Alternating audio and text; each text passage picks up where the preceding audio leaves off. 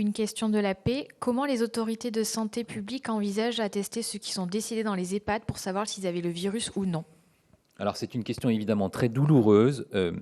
Il y a depuis des années des décès dans les EHPAD, malheureusement, et il y a des infections respiratoires aiguës dans les EHPAD, que ce soit du VRS, des bronchiolites ou de la grippe. Et la stratégie est la même, c'est-à-dire que quand quelques malades arrivent, quand quelques malades surviennent dans un établissement d'accueil, dans un EHPAD, il faut les tester, c'est notre stratégie actuelle, pour savoir si le virus circule. Donc quand il y a 2 ou 3 cas, on teste ces 2 ou 3 premiers cas pour savoir si le virus circule dans l'établissement. Si d'autres malades surviennent, on est assez logique, et c'est du bon sens, c'est toujours le virus qui circule, et en particulier en ce moment, nous avons de moins en moins de grippe et de plus en plus de Covid.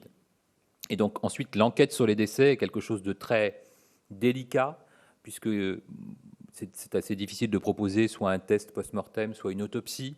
Les familles souvent le refusent, mais par contre, il n'y a pas de débat sur l'imputabilité, sur le fait que oui ou non ce décès serait comptabilisé. Je crois qu'il ne faut pas rentrer dans ce genre de débat.